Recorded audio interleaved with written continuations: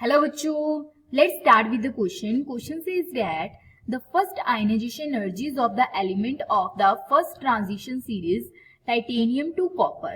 ठीक है, यहाँ पे हमारे पास क्या कह रहा है कि जो फर्स्ट आयनाइजेशन एनर्जी है किसकी, एलिमेंट्स की, ठीक है, फर्स्ट ट्रांजिशन सीरीज की टाइटेनियम टू कॉपर, वो क्या करती है, increase as the atomic number increase करता है तो वो इंक्रीज करेगी, ठीक है, decrease as the atomic number increases decrease करेगी अगर हम एटॉमिक नंबर इंक्रीज होगा. Do not show any change as the addition of electron take place in the inner n-1 d orbital, कि कोई भी चेंज नहीं होगा आयनाइजेशन एनर्जी के अंदर क्योंकि जो हमारे पास क्या है इलेक्ट्रॉन है वो n-1 d शेल के अंदर ऐड हो रहा है.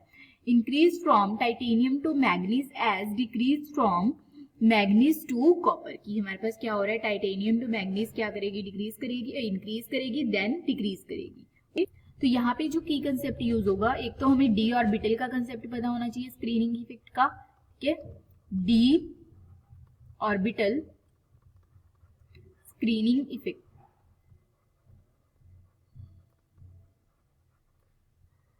And ionization energy.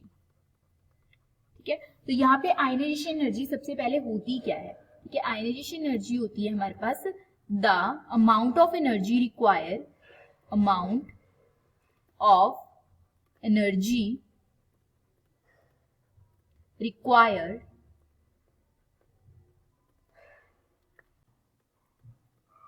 remove an electron from outermost shell. outermost shell के अंदर इलेक्ट्रॉन रिमूव करने के लिए जो हमें एनर्जी रिक्वायर होती है वो क्या होती है, ionization energy. Electron from outermost shell.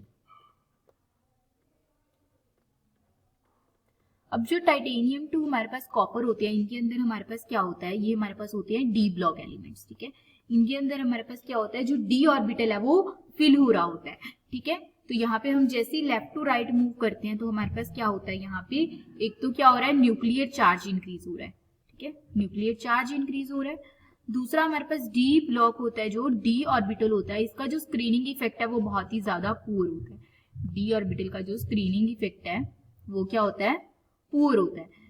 Screening effect क्या होता है, पुअर होता है. ड्यू टू विच क्या हो जाता है हमारे पास, जो जेड इफेक्टिव है, ड्यू टू विच जो जेड इफेक्टिव है वो क्या हो जाता है, इंक्रीज हो जाता है, ठीक है, जेड इफेक्टिव इंक्रीज हो जाता है. जेड इफेक्टिव जिसकी वजह से क्या होता है, हमारे पास जो आयनाइजेशन एनर्जी है वो इंक्रीज होगी क्योंकि हमारे पास क्या है, अगर जेड इफेक्टिव इंक्रीज होगा तो force of attraction outermost shell के ऊपर या आउटरमोस्ट इलेक्ट्रॉन के ऊपर इंक्रीज हो जाएगी. तो जैसे ही हम लेफ्ट टू राइट मूव करते हैं तो हमारे पास क्या है, यहाँ पे एटॉमिक नंबर इंक्रीज होगा और साथ में क्या होगी, जो आयनाइजेशन एनर्जी है वो क्या होगी, इंक्रीज होगी. तो यहाँ हमारे पास क्या होगा, द फर्स्ट आयनाइजेशन एनर्जी, ठीक है, of first transition series titanium to copper increase as the atomic number increase. तो इसका क्या आएगा, option A. Okay, hope you understand it well. All the best. Thank you.